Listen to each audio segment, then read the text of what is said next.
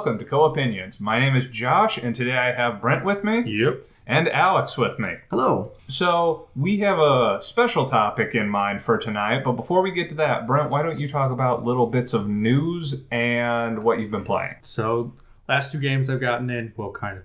I did the LEGO Dimensions Mission Impossible level pack, which is fun. It's a condensed version into like an hour and a half, I guess, of... R.I.P. in peace, LEGO Dimensions. I told you that was going to happen. Yeah, I know. It's fun. I mean, they ripped Tom Cruise's dialogue straight out of the movie, which is hilarious, but they couldn't get John Voight for LEGO John Voight. Did you know, I learned this, they're not allowed to reproduce the likeness of Tom Cruise in other media. Oh, that LEGO looks kind of It's a Lego minifig. Well, I mean, a likeness. Hey, LEGO John Voight looked like LEGO John Voight. Just because he had the LEGO John Voight lines does not make him any less of a poor man's Christopher Walken. True. Now I need a Christopher Walken LEGO. Ooh. The Walking on Sunshine Fun Pack. Now I'm on board. And then after I beat that, I'm on Dishonored Death of the Outsider. You're right at the end. Yeah, I got about 30 minutes left before I came over here. Alex, did you ever start those up? I know I bought you the first one because it was on Steam sale for like $1.12. For like 30 seconds. Yeah. You sniped that I'm stuff, like, man. quick, I'll buy it for anybody. I remember you messaged me like after the fact and saying like, oh, hey, by the way, I didn't get like a email receipt or anything when I bought that stuff, so did you get it in your inventory? And it's there, man, it's there. Yeah. And I've yet to play it because I'm terrible, but I've heard a lot of really encouraging things about the second one, so I feel like the series is going some cool places. Well, it would if this wasn't the end of the they've said they're stepping away from the franchise after this. I mean, it's called The Death of the Outsider. I know, but since you're not aware, The Outsider is the source of all the paranormal activity. So NBD, that's done. Well, yeah, NBD. Okay, I haven't got to the end yet. Yeah, okay? I know. I can't say anything. Yeah, quiet. All right, is that all for your playing? Well, playing, yeah. And news? First the Battlefront 2 microtransaction thing. Wah. Yeah, people get... And I understand why people are upset. The whole pay-to-win thing is kind of upsetting, but... Well, and in this case, it's a pretty egregious example. Yeah. Like, to dramatically reduce grinding, you have to pay $20? Yeah, how much was like it for those heroes? Yeah, it's something, yeah. And then the amount they locked him behind. I'm mixed on it, because like I told you when we were talking about it, the problem is that if this game didn't have single player stuff, I wouldn't be buying it. I've also heard mixed things about the single player. I've heard all that, which is to say, it does exist, but all the stuff in the promotional material about the person you're playing as is resolved very quickly and without a lot of fulfilling, and then it just shifts back into story you've seen before, is what I heard. That's what I've heard. So, I mean, I'm excited for it. There's a lot. There's also 3 more levels that come out later, like in December. For Battlefront 2. Mm-hmm. Yeah. Okay. And at least it has offline single player mode and co-op back, so... Hopefully, I hope you enjoy it. You have been the most positive going into it. I know there's been a lot of backlash about this. At some point, I would like to do something talking about microtransactions. Unfortunately, it's either that or you have to go back to paying for the DLCs. So yeah, there's no win-win here. Yeah. Only lose-lose. That's the spirit. I'm just thinking of other games with free DLC. Mm-hmm. For example, Shadow of War, while it was heavily criticized for its loot box heavy endgame, is getting free DLC before the end of the year. Mm-hmm. Konami's Bomberman R, in order to improve the quality, has been spent almost 6 months releasing new quality of life. We'll get onto this in a different podcast at some point. Sure. But anything else? We'll move on. Got it. Alex, why don't you tell us what you've been playing and what little news may or may not have caught your eye? News-wise, you definitely covered the big ones that I had in mind. Game-wise, I haven't really been playing a ton of stuff outside of what I've been streaming, which is don't bury the lead due now. To a number of things. I'm sorry? Don't bury the lead now. Yeah, exactly. As far as what I've been streaming lately, it's been a couple of things. Tales of Fantasia has been one that I've kind of gone back to, which has been a lot of fun. I've seen you post about that on your Twitter, Super Hobbit. Yep. Yeah. Is there numbers there? There are numbers. There's an 8 and there's a 9. Okay, I couldn't remember if it was Super Hobbit 88 or 89. Yeah. So, Alex Reeves, Super Hobbit 89. Because I'm 89 years old. Of course. That's how that comes down. I know, you've aged magnificently. Thank you. I get injections on an hourly basis. It's excruciating. I know, I have to give you one before and after we finish recording. I know, I didn't want to ask you. I think you just knew. I did. I don't care what people say about you, Josh. You're better than me. Thank you. We'll talk more about that particular streaming because there's a few things that have really been on my mind when it comes to streaming lately, which is part of why you're here, buddy. But anyways. I have a purpose. I know. It is to pass butter. Oh, God. God. Yeah, welcome to the club, pal. Anyways, anything else you'd like to discuss? I think that about covers it. I haven't really had my finger on the pulse of news as much as No news jumps to mind. I know one thing that we haven't touched on that's really driving me insane is the fact that people are trying to criticize Cuphead right now. Have either of you seen this? Really? They're trying to throw Cuphead under a bus, saying that it doesn't do enough to go against the grain of the racial bigotry of that era by being more inclusive. Like, really, guys? That's a real big stretch. Yeah, it is. It's not like there's any Sambos in the game. It's just, it makes me mad. That's a weird one. Yeah. But on my front, I wrapped up Horizon Zero Dawn, which I don't know what it was about that game. Alex, are you familiar? I've only seen bits and snippets. But you know of the game. Oh, yeah. Big okay. It's apparently awesome. That's the thing. Up for like the first quarter of it, I'm like, I don't see what the big deal is. Mm-hmm. But at some point, it just clicked. It was probably after I realized you can modify your weapons and your armor, so I wasn't getting wrecked. Yeah. Tell me about this? Yeah, so there's different versions. I can't spoil anything on the off chance you ever play it, but I am going to play it. So. It was fairly soon because the complete edition comes out in early December. Yeah, but it'll be something I'm getting for Christmas. Yeah. Nice. There are predatory robots, and the first of these predatory robots is called a sawtooth, which is a saber-toothed tiger. It stands ground to shoulder 8 feet tall. It's enormous, and it would destroy me. For the first time in my memory, I threw my controller after this thing killed me about 6 times. Like, this is stupid. Nobody could beat this. And I can't modify my stuff until I get this special ability. And I'm like, wait, that's to redo it. I can do it right now. And then after that, game got way easier. I'm killing metal T-Rexes, and there's giant birds in the sky. I'm like, this is actually amazing. Awesome. And the story's nothing to shake a stick at either. So, very impressed. But after I wrap that up, I also started up Death of the Outsider. I am taking my sweet time because it's a game.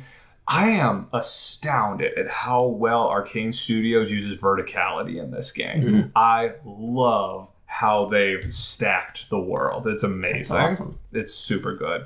But you may have ascertained that the topic we're going to touch on tonight is streaming and Let's Plays in general. Mm-hmm. Because though I know there is a distinct difference, especially for someone like yourself who does stream, there's a lot of similarities as well. Yeah.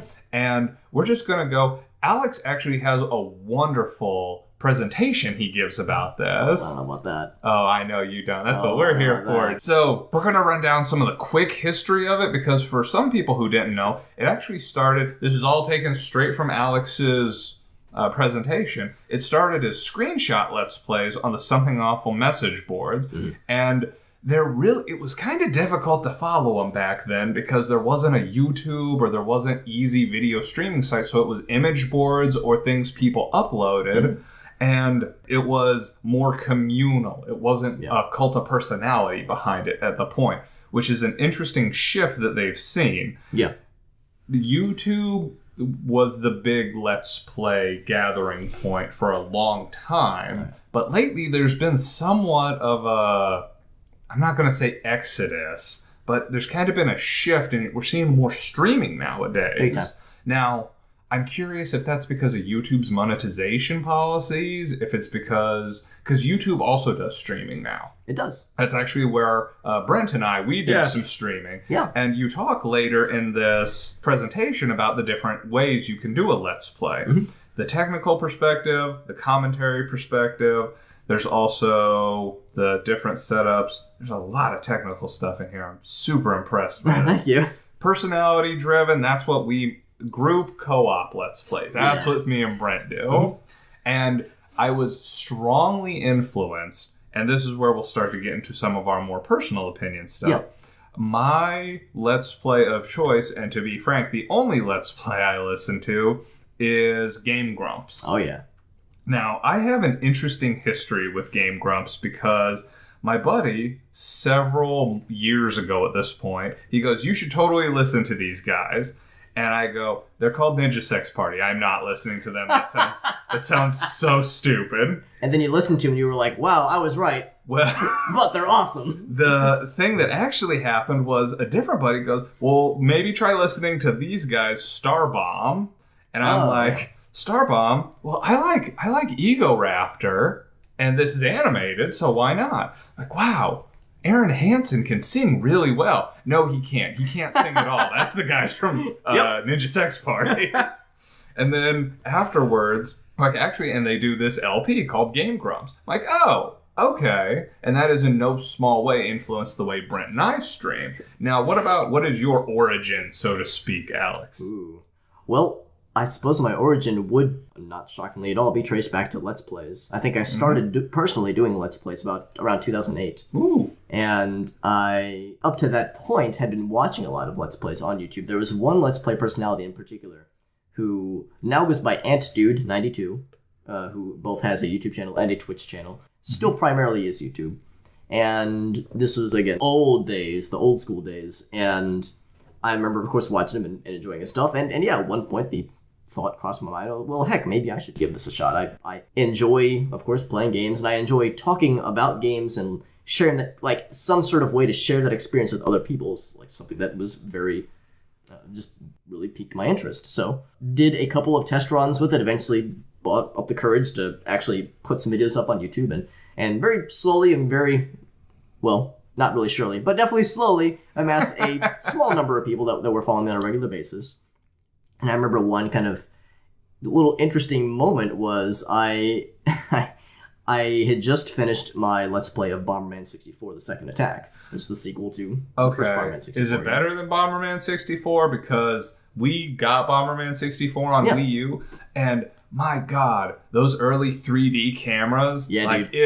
It's rough. Those were the pioneer days, my man. Those were the good old days. That was harsh. And yeah, I would say that Second Attack is a fair improvement over the original. I mean, the original does things that Second Attack can't quite hold a candle to. I think there are more improvements in Second Attack versus things that the original did better. But they're to me, as a self-described fanboy of the Bomberman N64 era, I think they both stand on their own decently enough. But there's things that they can be enjoyed about both games, independent of each other. And then there's Bomberman Hero, which is kind of not necessarily a black sheep because there's only 3 of them, but definitely kind of the oddball betwixt the 3. And it's one of my favorites as well. Okay, so we've got off. So anyway, so I just finished my Let's Play of Second Attack, and I get an email ding from... Actually, no, it wasn't just one email ding. I think I checked my email one day and saw that my subscriber count had gone from 100 to 300. And I was like, what the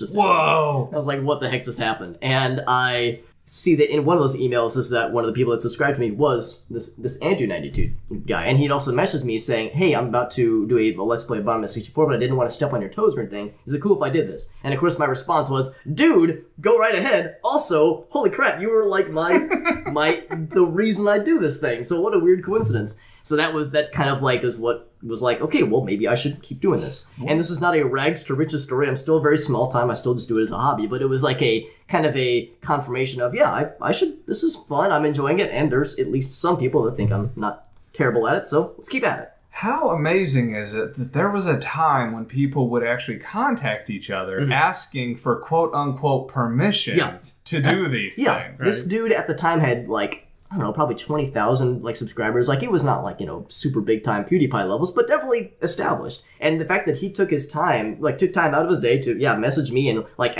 as if I was gonna say no.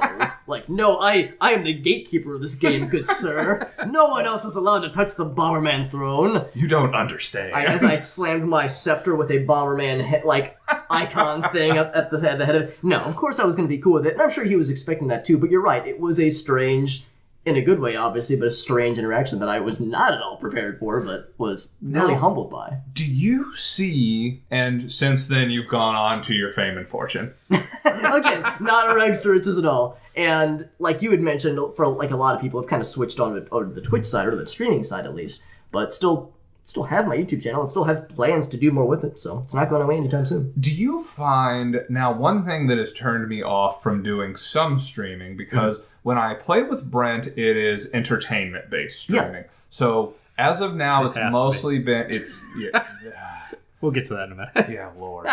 It's mostly been not for an intent to do a Markiplier like face cam jump scare thing. Yeah. But it's fun to play those kind of games cooperatively because it takes a lot of the fear out of scary games when you play them with somebody else. Now, a thing that I do is I will play single-player games by myself and stream them without any audio, just so other people can see the experience.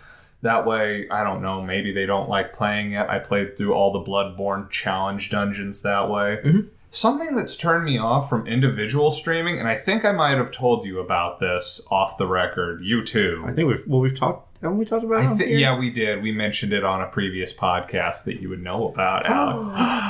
Anyways, it was when I was streaming the visual novel Danganronpa 2. Oh, yeah.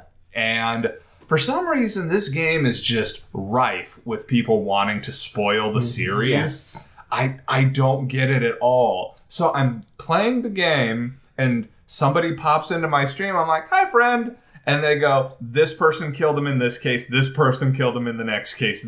He ran down the spoilers for the whole game. I'm like, well, I've already beat this one before, but thanks for being a dick. And I blocked him. Next thing I know, there's 10 more people in there. And the comments explode. They're like, here's the spoilers for all these games. I'm like, oh, you people are terrible. Yeah. So luckily, I managed to not read the comments. And for the rest of my Danganronpa 2 playthrough, I turned off the comments. Yeah. But it's really turned me off from wanting to do individual streaming on that kind of stuff. Like, normally I would have streamed the entirety of Horizon Zero Dawn. Mm-hmm. But after that Danganronpa experience, I'm like, I don't really want to right now. Yeah. Can't say I blame you, man. So, have you found... But, conversely, that is the only overwhelmingly negative experience I've had while streaming. What are... And Brent, since I don't think you've ever streamed without me, you've never really had a negative experience, have you? No. Like, nobody watches our streams. Every stream with Josh is a positive experience. So, at this point, we've streamed Outlast 2, Layers of Fear DLC. Oh, nice. Layers of Fear DLC would be great. So, the big problem, the reason we wanted to start doing this was because while playing the first Outlast, have you played either of those games? I've not. Near the tail end, it takes a weird turn into the sci-fi, and this ghost monster starts chasing you, and I just turn and start running, and I get to this weird scaffolding area, and I climb up one of them. I'm like, keep going, he's after you. And then I kind of turn around, I'm like, there's nobody after me. He goes, there's no evidence to suggest. So I get to the top, I turn around while climbing, and I don't see him behind me. I'm like, what am I freaking out about? I get to the top, and Brent goes, run, make the jump, he's right behind you. I go, there's never any evidence to prove he was ever behind me. I turn around, and he's right there. Oh my God! And I run straight off the edge. Like, we should have saved this in posterity. Yeah, totally. Clip that stuff, man. And we had a similar moment in Layers of Fear. Where the baby room. The baby room. I know what you're talking about. I've played through it. Okay, great. Yeah, because I asked you about this. You played this during your Extra Life. I did. I believe. One of the few times I streamed a game I've never played before for the exact same reason. So, the baby room. The baby room. I open the door and I see the eye and I go, nope. That is the correct response. But there was a point later when you're walking through and there's a banner that said, only fools look back, or like, look back and die. And I sit there and I stare at it for a minute. And you can hear Brent going, don't do it, man. It's a trap. And I'm like, I kind of want to do it. I don't want to do it. He's like, don't do it. So I don't do it. I go through the door and it goes, smart man. Nice. And I get a trophy. Nice. So and because on the native streaming, it blocks out what the trophies are. The trophy pops, and me and Brent just start cackling. And the people watching us stream are like, what's so funny? Yeah. That's awesome. But there's actually... that's why I've enjoyed streaming with Brent, because it's fun to play things like that with your friends. Yeah. And... I mean... Yeah, it's generally the kind of podcasts that I watch. Well, the Let's Plays. And that's where it gets real fuzzy. Is a Let's Play is a podcast with video. So depending on the approach, it's really not that much different than me and Brent recording something. Mm-hmm. Or if somebody's recording an educational piece. Like, I know you did this with GoldenEye, didn't you? I mean, just like it said, the line is kind of fuzzy. I would call the videos I did with GoldenEye a Let's Play, but it's kind of subjective. What's a Let's Play? What is a video walkthrough with commentary? Mm-hmm. Or is a Let's Play without commentary just a casual video walkthrough? There's a lot of overlap in that Venn diagram, and there's really no right or wrong way to classify them. Yeah, it's similar to the one I'll throw Mr. Sunday movies that I watch on YouTube. They do their Caravan of Garbage thing where they play older games for certain movies. Like recently they did Superman Returns, the game. Mm-hmm. Superman Returns? Yeah, like the movie. Like the 2006 one. The 2006 one. I thought like Superman Returns. Yeah, where you fight a tornado at the end. Like the Hulk one that I showed you. Like they did the Incredible Hulk from back in 2000. Not the movie one. Yeah, Hulk, I know what you mean. Hulk something Destruction. Anyways, because they're having fun with the fact that one of the mission quests is Hulk has to hide in a car to get into the military base. So he takes the truck. Is he Flintstone it? Yeah, he slams it over himself, and they're sitting there and they're watching it, and as the truck is moving, you can see the footmarks underneath it as the Hulk is moving, and they're like, I can just see it now. It's like Hulk. Now, so we're touching on a lot of the really fun parts of these. Yeah, but this is a personal opinion. This is why we're having this discussion. Yeah. Do you feel that it's possible to be truly successful if you're not almost a pantomime, like you're an exaggeration of any kind of actual personality? Like for streaming and for streaming, for Let's Play? Because I've noticed the most successful people, unfortunately, are like your PewDiePies, who I don't think that's PewDiePie. I think that's the guy he plays on YouTube. Oh, yeah, totally. Markiplier, that. One that we would be familiar, Team 4 Star. Team 4 Star, that's straight up a character playing. That's a good point, too. So, do you think... I have never, much like this podcast, have never entertained getting successful off either my streaming or this, because I'm just trying to present honest entertainment, education, but I don't want to exaggerate. Right. I don't want to create a character. That's not what I'm trying to accomplish here. Right. What is your perspective on that? Because I feel like I don't see a lot of people that I consider honest in this game, which you kind of understand. It's the same reason that musicians, like somebody who's off the stage is not the same person who's on the stage. Right. So would you say that the Let's Players and the streamers are similar to that? In a lot of ways, yes. I know that's one thing. I think it's briefly mentioned in that presentation where there's a couple different approaches to how do I want to conduct myself when I'm streaming? How do I want to do my commentary or making videos, whatever? Do I want to do my commentary? Things along those lines. And there's the question of the character portrayal or even just the more like exaggerated version of oneself. You mentioned PewDiePie, Markiplier. Mm-hmm. All these content creators that are super duper popular, like I don't know about Markiplier, but I know for at least a time that PewDiePie was the number one like subscribed like individual. Not the number one channel across all of YouTube, but like as far as like an individual person who runs his own stuff, PewDiePie was and I think still is the number one spot. And I think it's tricky territory to enter into that kind of approach because you run the risk of going into what exactly Josh was describing, where it's you talk about like people that are, I don't want to say nails on chalkboard, but just kind of annoying to watch, or it's like it's hard to portray that thing without coming off as contrived, without coming off as overly exaggerated and just being painful to watch. It seems like that's the thing. Oh, Brent, sorry. Well, I would say some of them, like the ones that, like the one I was talking about, I would more equate it to like riff tracking a video game, which I wouldn't say isn't far off from what we especially did with Outlast.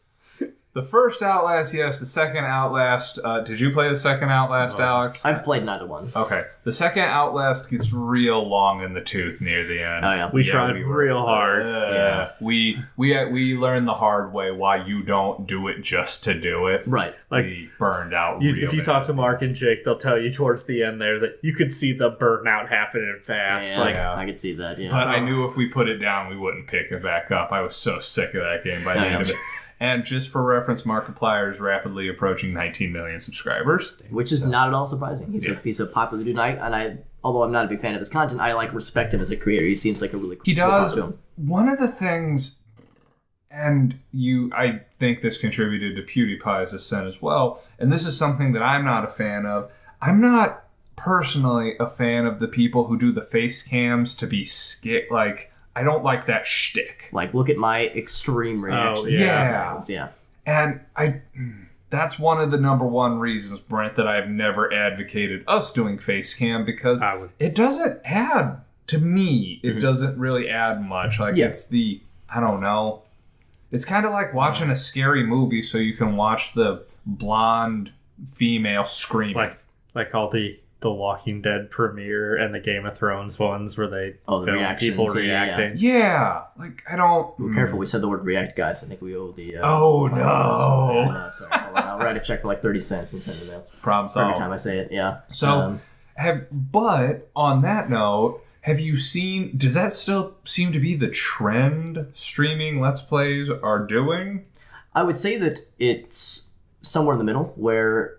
The people that are super duper successful are more likely to adopt that strategy of having a character, or at least like a more extreme, exaggerated version of themselves that they're portraying as the more outlandish. Look at my reactions. People aren't watching people like PewDiePie or Markiplier because, oh, hey, they're playing a cool game. I want to see what game they're playing. It's no. I want to watch this guy or this girl, this person. I want to watch this person do their thing because I like what they are doing. I like what they as a character are producing or are portraying, versus the more kind of I think the approach that you were describing a little bit more, Josh, where it's a little bit more reserved and more, I don't want to say necessarily informative, because that may or may not be the case, but like someone they're not playing a character, they're just playing themselves, someone that's a little bit more reserved and a little bit softer in that sense, and like not being super extreme and hard edge all the time. And you're saying you're a soft boy? I'm saying I'm a softie at heart. I know I have a tough metal exterior, but I'm just... That happens when you're 89. It happens, dude. Yeah, when you just kind of adopt that grandpa persona, everyone just assumes from you. Shaking my cane. Exactly. Yelling at kids to get off my lawn.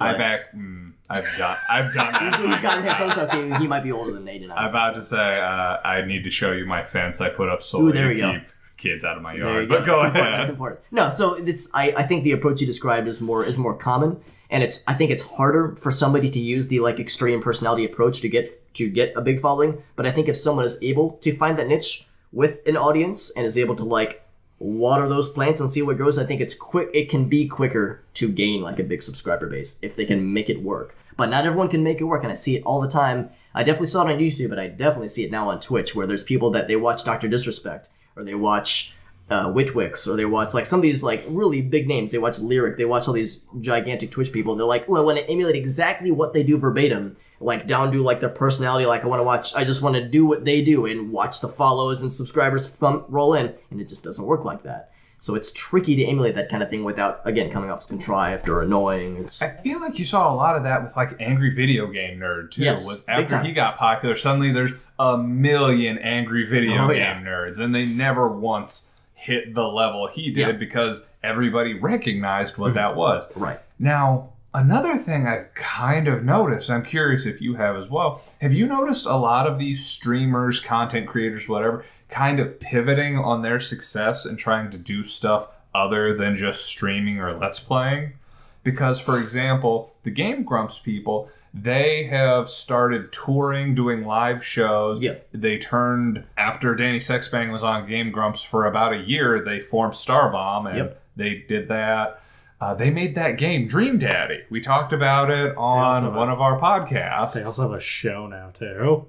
They did. They have a show on YouTube Red, written or produced by Dan Harmon, called Good Game. Didn't know that. I have no idea how good it is, mind you. And I feel like I've noticed Markiplier and PewDiePie. PewDiePie was one of the inaugural YouTube Red shows. They had like a Scare PewDiePie or something. Yeah. Now, he's come under a lot of flack ever since then, because at one point he did something with like Nazi imagery or something. Yeah. And to his credit, I'm pretty sure he just tried to own it. He didn't try to apologize overtly, because he's like, I'm not going to pretend I didn't know what I was doing. That doesn't make it cool, not even slightly cool, but he didn't wuss out on it. He admitted he did a bad thing, but he did it. He knew what he was doing. Yeah. But anyways, have you seen a lot of these other content creators try to pivot on their success? In some ways, yeah. There's a number of Twitch streamers that I follow that have since started up a YouTube channel, and in some cases use it more as a kind of a repository for like highlights from the channel, like clip highlights, that kind of thing. But in some cases doing their like own, in concurrent with my Twitch channel, I'm using my YouTube channel to do other stuff that is sometimes supplemented with their Twitch material, but in some cases they're kind of doing them in parallel. I can't think of any particularly noteworthy examples of what you described. Of course, Game Grumps, they're pretty big, so it doesn't surprise me that they're doing like the live shows thing. There aren't a ton of streamers that I follow that are quite big enough to want to go with that hard. I think the only example that I can think of would be Vinesauce, who goes to lots of conventions and that kind of thing.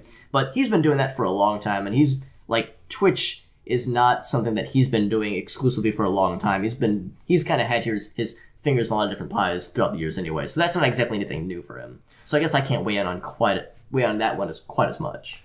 Yeah, I feel like just because of the particular ones I follow, I'm more familiar with that kind of thing.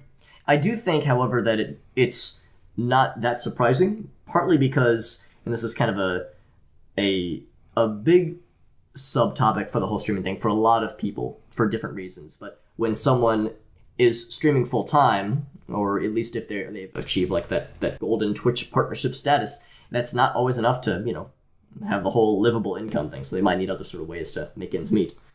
I am legit curious about the income that can be generated from that kind of thing. Yeah. I've been kind of curious about that because let's say, I know I've asked you with your 300 subscribers how much money you... 300 followers. Subscribers is a whole other ball game. Sorry. Oh, don't flatter me, Josh. And how many... I can't imagine, especially because YouTube over the last few years has dramatically changed how things are monetized. Yep. Yes. And I've always been curious, the numbers, I don't expect either of you to be particularly... Brent, you might be, because you try to produce content for something entirely unrelated semi-frequently. Do you have any insight? Alex, do you have any insight? I'm not sure on the amount of...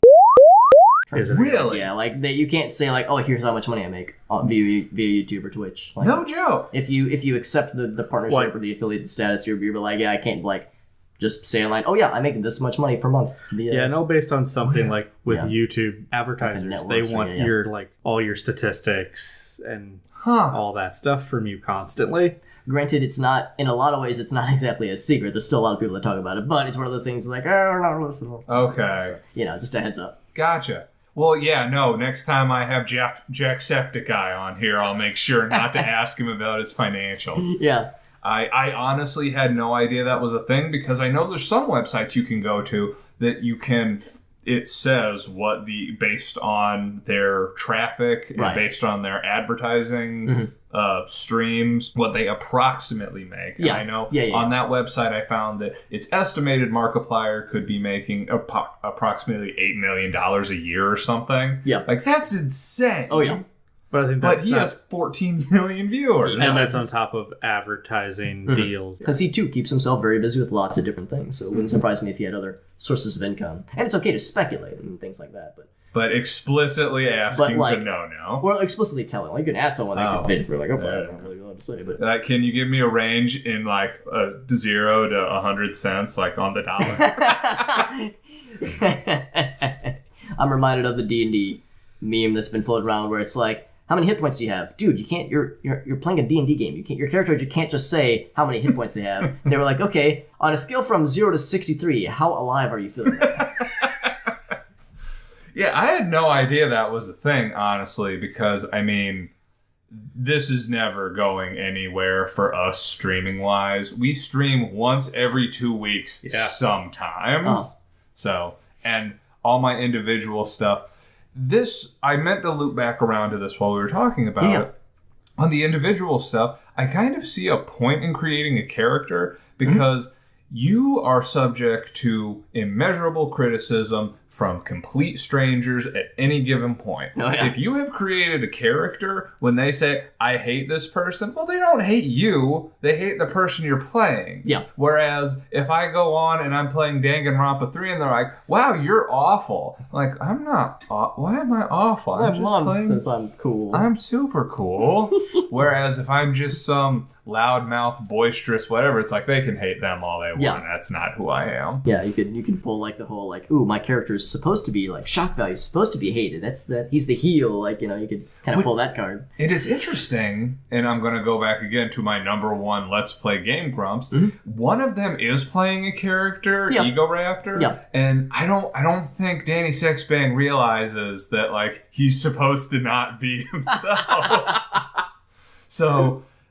Ego Raptor will be playing terribly and freaking out, and Danny will be like, how are you so bad at this? And go, fine, you want me to break character? He just burns through the level. He's like, see, if I'm not just being an arrogant ass, then it's not funny.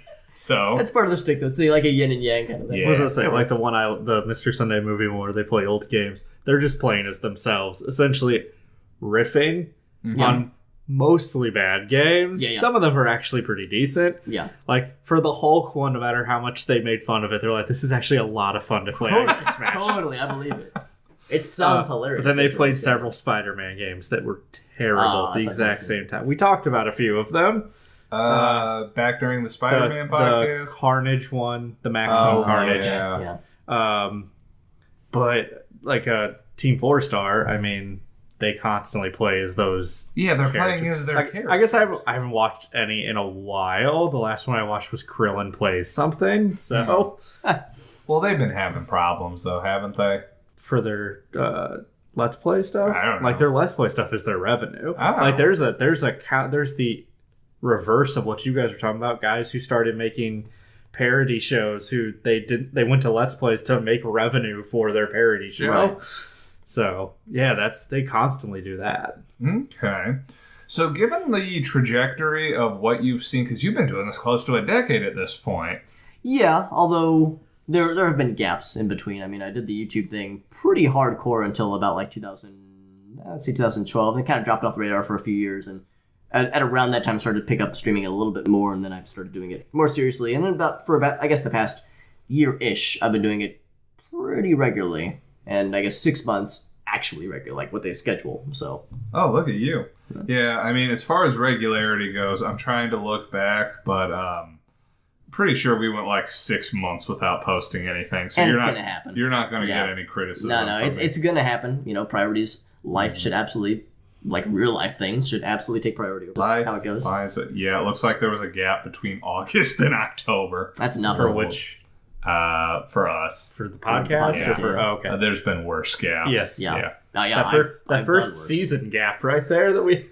Yeah. Anyways, so since you've been doing it off and on for the better part of the last decade, what have you seen that makes you hopeful? Like, is there a direction you're hoping that... What nomenclature... I know I should have established this at the beginning. Should I just call it streaming? Should I just call it Let's Plays? I just describe it as just content creation, like video content or gaming content creation. It's kind of a nebulous term, but it's all kind of nebulous anyway. So where are you hoping that this goes?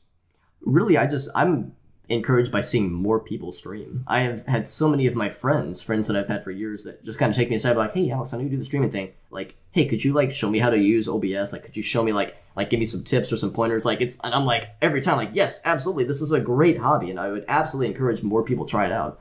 It's just a fun freaking thing to do. It's a great way to play games. And of course, in the case of like streaming and Let's Plays, it's a good way to like celebrate games, especially ones that you've already played yourself. If it's a game that you know front and back and you're streaming it or you're making a Let's Play of it, it's a good way to just kind of celebrate it and also show your celebration and share it with other people. It's very gratifying. And to find people that not only support that but support you as a content creator, it's a very gratifying feeling. And Let's Plays and Twitch streaming, that kind of thing is really not that hard to get into. Now, an interesting idea crossed my mind recently. Yeah. And I would love to hear your input on it. Brent, you need to be involved as well because it'll involve you. I played a game recently, and for the first time ever, I like the game but dislike the narrator. Now, in your presentation, I'll name the game in a sec here, Brent. In your presentation, you mentioned do not talk over the narration. Now, it depends on your presentation type. It does. It depends on a lot of things. That I think I might have even, during the presentation, might have even said with this one, it's like, whoa, this is my personal opinion. Yeah. You know, that I think is subjective. I would personally advise, don't talk about cutscenes, but people do it. So, my thing about this was it sounded like they hired some dude off the street to provide the narration, and it really kind of killed the game for me. I think I might know what game you're talking about. Which game do you think it is? I think it's the first Destiny game. It is not the first Destiny game. And they actually hired somebody to dub in over him. But man, people were going in on that one. Peter Dinklage. Yeah, exactly. R.I.P. Dinklebot. Anyways. No, it was a game called Icy, actually. Oh, okay, yeah. I know that one. And it had a really intriguing premise because it was described to me as an action platformer game crossed with the Stanley Parable.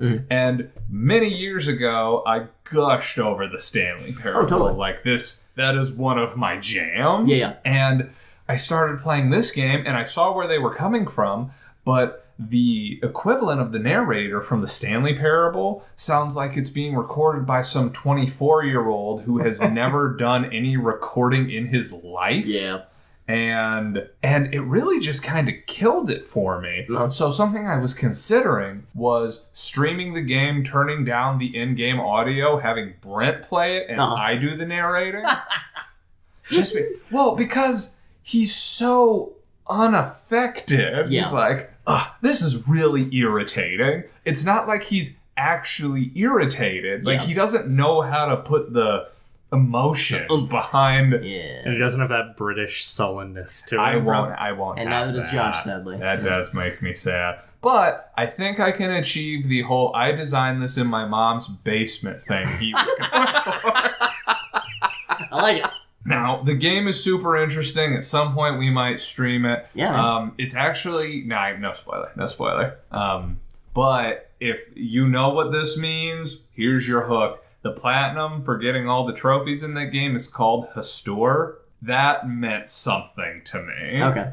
I won't... If it means nothing to you guys, I won't spoil it. But anyways, how antithetical does this idea sound to you who have been doing it for a while?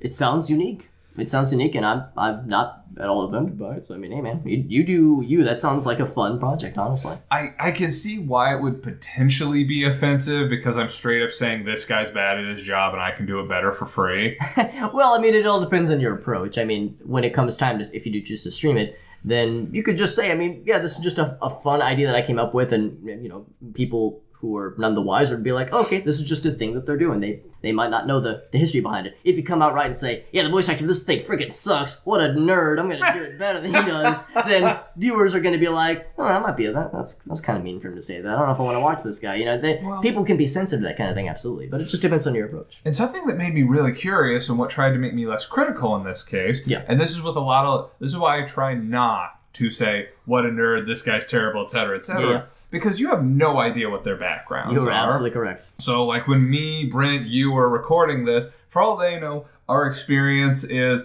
a bunch of nerdy IT guys and somebody who works at a dollar store. They don't know. Yeah. So, who knows? Yeah. Brent, you look like you had an opinion there. No, I'm good. Okay. I'm kind of curious because this particular game was developed by some guys from South Korea. Okay. So I'm curious when they brought it to America, not too down on this guy, because I don't know. I'm curious if they put up just a thing online. It's like, hey, we need a voice actor. Yeah. And they kind of did the whole lowest bid acceptable criteria. Maybe they had a friend who was like, hey, they'll do it for free, and we're behind budget, or, who knows. Yeah. So many things. There could have been so many factors that go into it. And if this was an indie game, this meaning that, developed by just a couple of dudes and or dudettes, then game development. Oh man, that's like 3 podcast topics right there in itself. So we did talk about Kickstarter real early. Well, Kickstarter, yes, but just game development and just all the things that can go wrong. It's terrifying. It's a wonder people make games. Yeah, I know that I'm still waiting on. Let's see, what was that? Bloodstained Ritual of the Night.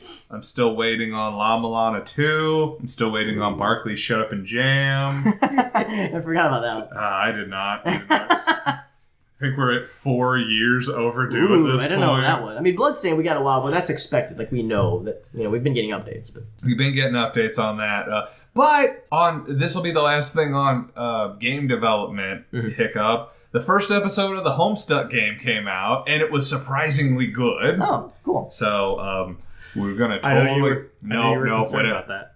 Huh? I said I knew you were concerned about that. Yeah, we're not going to get into the politics behind that. That was an ugly situation. Fair enough. So let's see. I know I had at least a few more things. Yeah. I gotta be curious. Mm-hmm. Do you think, because I've heard some... I can't remember if it was a Japanese streamer, I think it was. Uh-huh. He actually said that don't try to be a streamer. It is not worth the trade-off. Now, if you could make your living streaming, you have a better idea than I do what goes into that. So the question is whether or not it would... Is it worth its salt? Because that's a very good question. Not if it's worth its salt, because that could be almost its own thing in and of itself. Yeah. Do you think it's worth its salt? I mean, it very much is a subjective thing.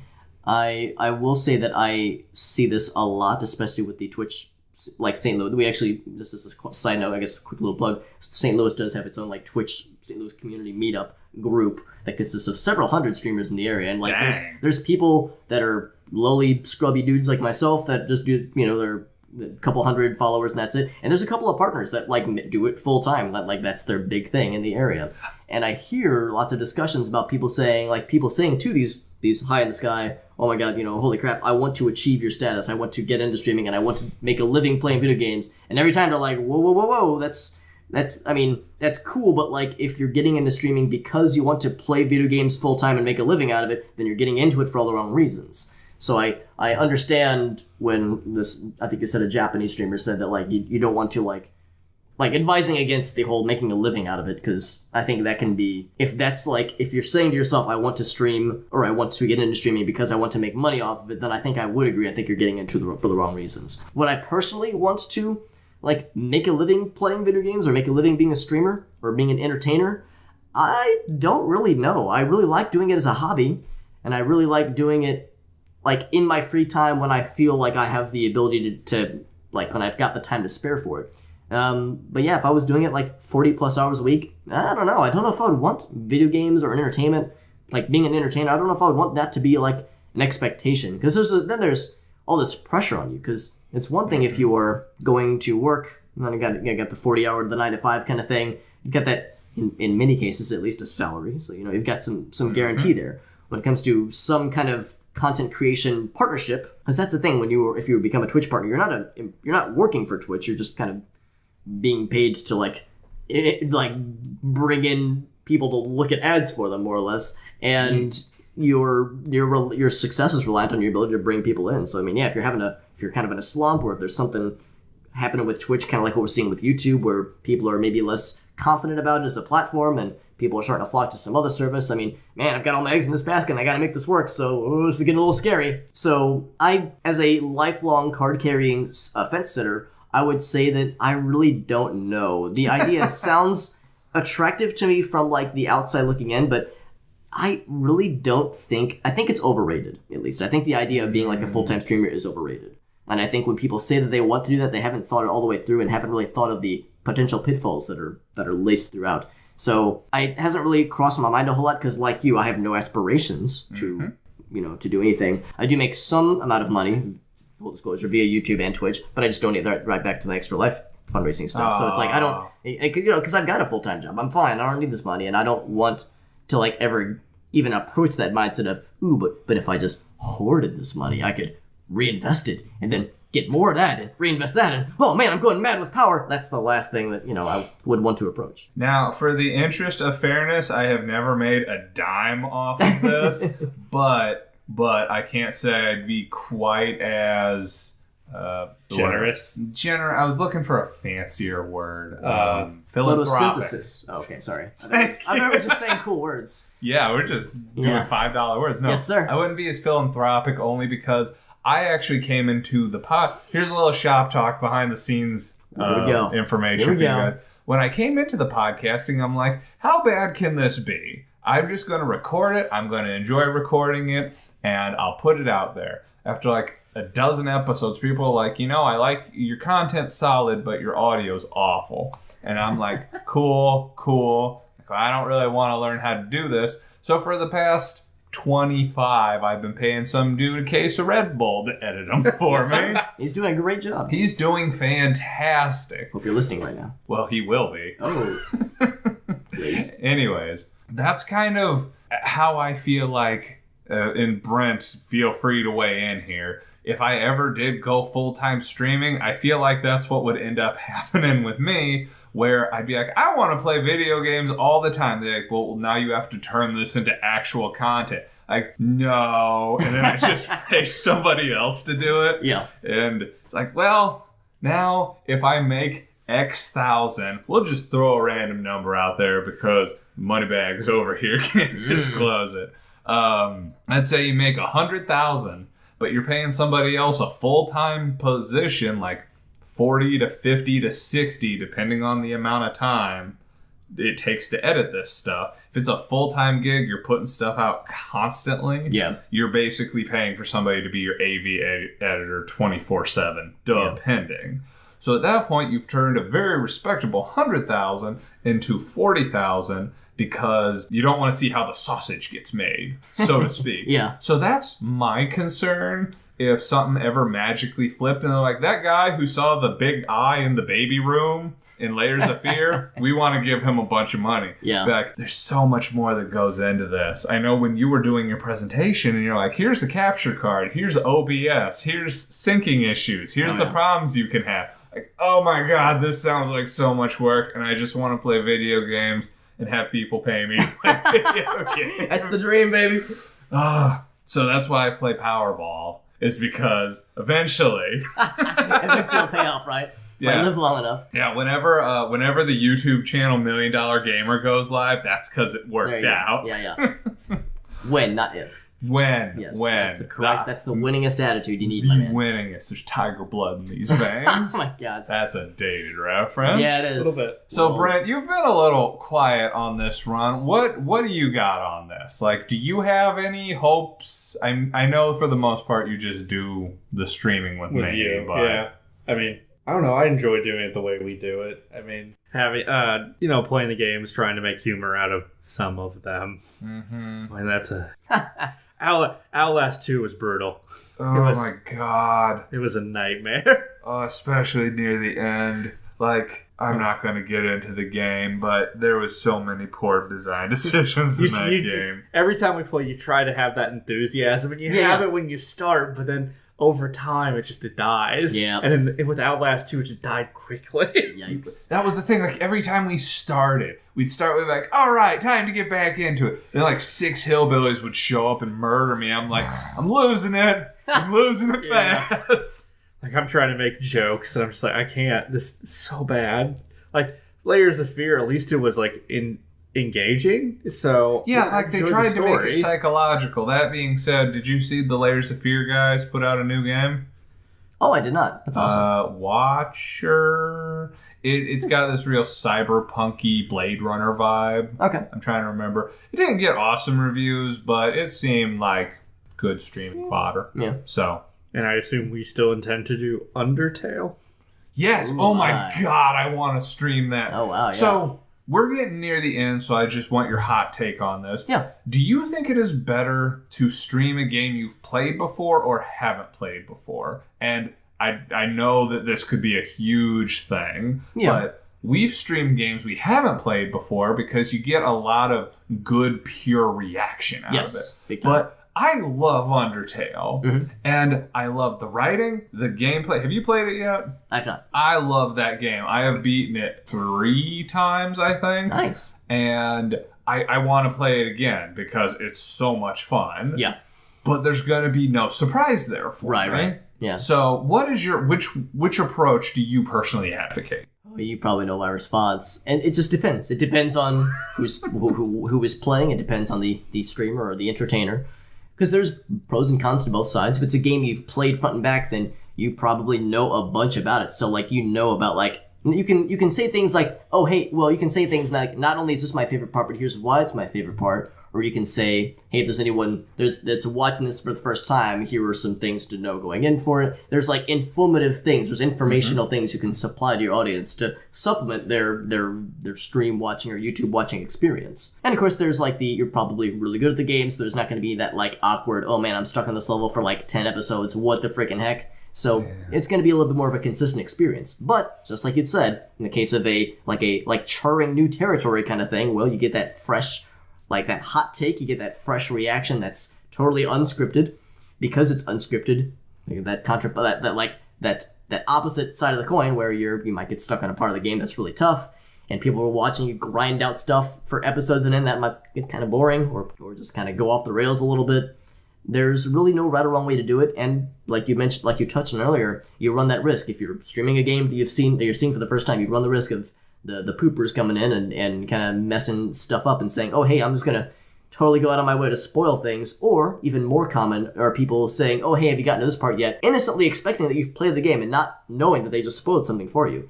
Had that happen a couple times too. So it's... Can I ask which game? Am I familiar? As far as personal experiences? Yes. There were a couple moments during Layers of Fear where I had some friends who were watching and they would make passing mention of something and not knowing that it wasn't my first time, that it was my first time playing it. And in most cases, like in really all those cases, it really wasn't a huge deal, but like I would kind of make notes like, oh, okay, that's something I'll have to deal with eventually.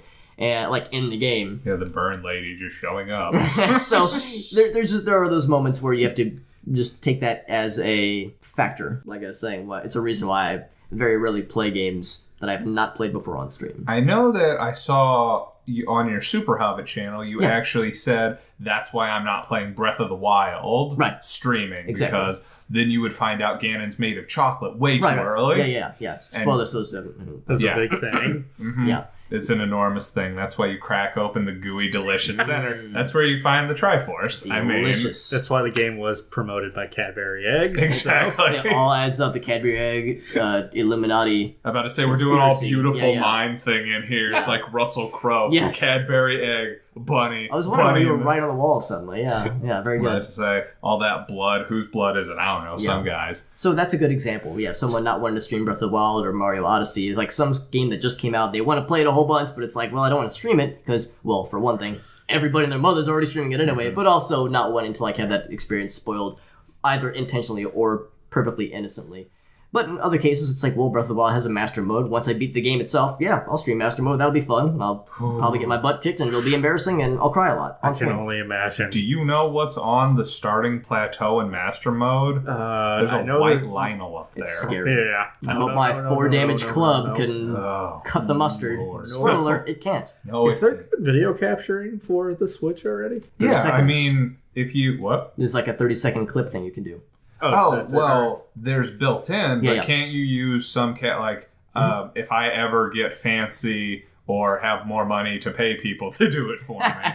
I know I've been having my eye on the Elgato capture card for years. It's really good. At this point. Yeah. You just HDMI into that, Brent, and then you attach it to a computer. You can capture like anything. You really could. You really could. With the proper devices, you could capture any console, new or old. Some are more difficult to do so than others. Pretty much any HDMI thing is super easy. Component cables and like composite, that's where it starts to get a little bit iffy, but it's doable. I got those like RF little wires. Yes, sir. I capture with my cell phone. Yeah, there you go. I think we are just about at capacity here. So Alex, is there anything else you'd like to say about this topic? You've been incredibly informative. Oh, thank you. Like I said, I'm just very appreciative that it's like become a big thing. It's it like that streaming and YouTube videos and all that stuff. That like gaming is like an entertainment, like a visual or like a spectating entertainment platform. I think it's just a cool thing to see, and I would strongly encourage anyone that wants to try it out, then absolutely try it out. It's super fun. There's tools like, in fact, I'll just go ahead and say OBS, Open Broadcasting Software. It's free, as the name would imply. In fact, it's open source for those who are all about that kind of thing. But you can just download that bad boy, install it on pretty much any operating system, and start streaming to your heart's content. Granted, you would need, at least from like streaming on a PC or a computer platform of some kind, you need some decently beefy hardware in that bad boy to be able to stream like at a decent quality. But it doesn't have to be super duper crazy. You don't need like an i7 to stream or anything like that. My hardware on my PC is very modest in a lot of ways, and I can still get by in most cases. The capture card stuff, like we were saying, that's a little bit more advanced, but really not that hard. There's, of course, YouTube tutorials and guides all over the place on how to get going on that stuff. So the technical perspective is really not that hard. The hardest part is finding your voice and finding your style of commentary that works for you, whether or not, like we were saying, do I want to do a character, or do I want to just be me by myself? Do I want to have guests? Do I want to do it by myself? Do I want to stream it live? Do I want to do YouTube videos? There's so many ways to do it, and there's no wrong way. So I've always argued is like the hardest part is like what's the approach that works best for me. All right, that's very very comprehensive. Thank you very much. Brent, you got anything to add on to that? Not much more than this. Not the guy who gives the presentations at conventions. No. Alex, did you want to mention your channels? I know you do Extra Life stuff, as we had you on before. Did you want to mention your actual YouTube channel so my 30 subscribers yes, can sir. check you out? Yeah. So Super Hobbit 89 is the YouTube channel, and Super Hobbit, without any crazy numbers or anything like that, is the Twitch channel. And I've got a Twitter that I use very well. I really only use it to talk about the streaming stuff, which is also Super Hobbit 89. That pretty much covers it. And like I kind of alluded to before, I don't do a whole lot with my YouTube channel right now. I still have it, and I still have things that I want to do to it, but for now, streaming on Twitch has been the primary vehicle. All right. Well, in that case, thank you very much, Alex, for coming on. Thank you. Thank you, Brent, for coming on. Yep. Go online and tell us who your favorite streamers are. What do you like about streaming? Do you want to get into it? What kind of obstacles have you encountered? But until next time, my name is Josh, and this is Co-Opinions.